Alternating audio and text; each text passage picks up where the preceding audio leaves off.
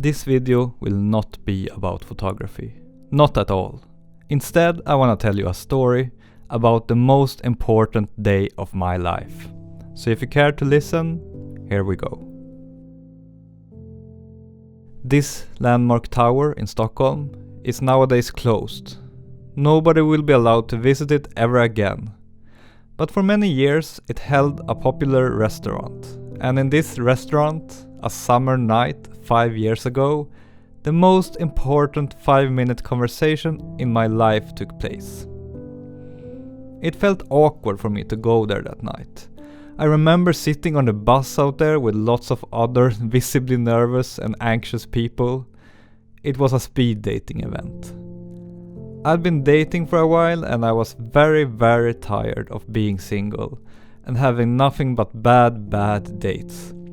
I was in a phase of my dating where I felt I needed to take desperate measures. So I went to a speed dating event.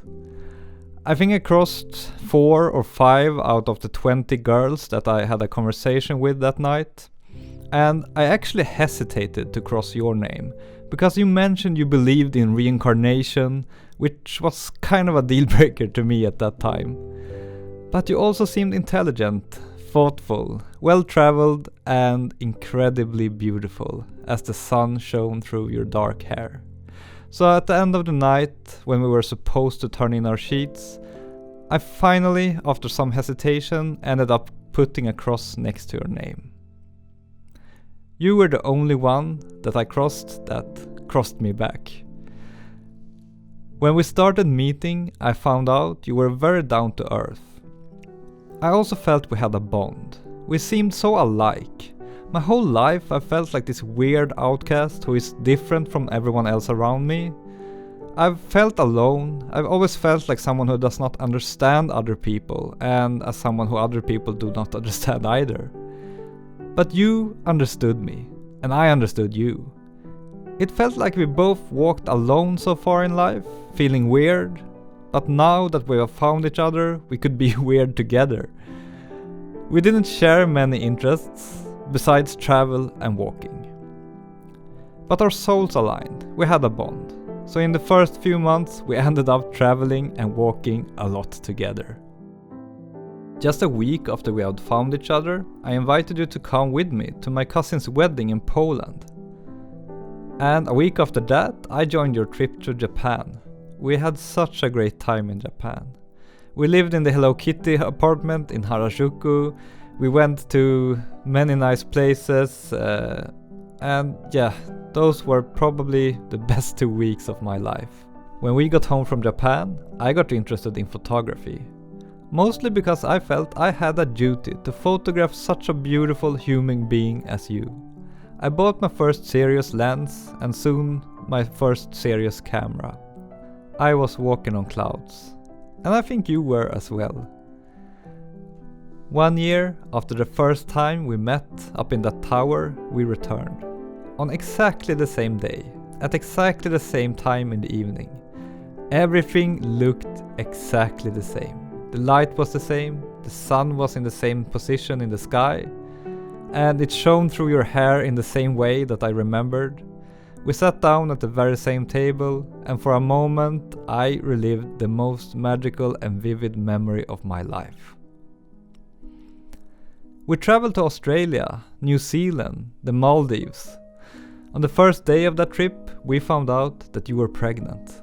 I was so happy. The New Zealand trip was otherwise a bag of mixed feelings. We went in a tour bus with mostly 20-year-olds, and it felt like both of us reverted to our high school selves because of the environment. It was so awkward, yet so beautiful, because it became so apparent how alike we must have been at that age. I felt an even stronger bond to you, even more thankful that our paths have crossed. But during that trip, you started feeling very ill.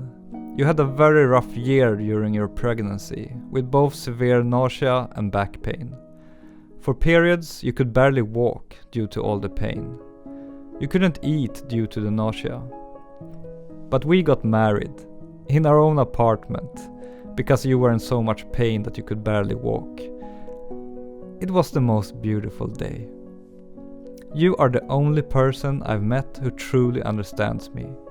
When I earlier in life dreamed about meeting my soulmate, I could never imagine that someone like you actually existed, because you are exactly the kind of soulmate I imagined.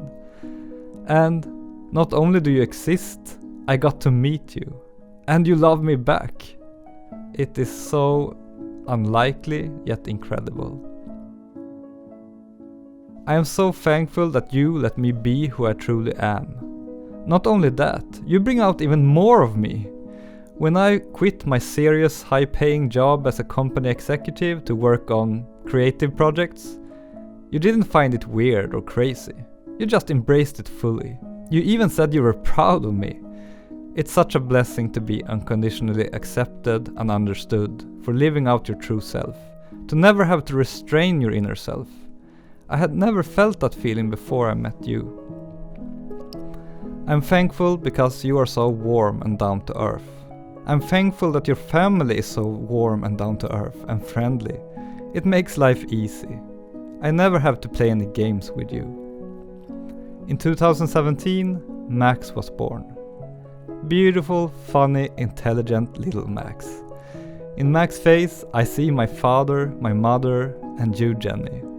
It's such a beautiful thing to see the most important people in his face. When he was born, I stopped feeling sad because of my father's early passing. Max reminds me so much of my dad, both in looks and in interests.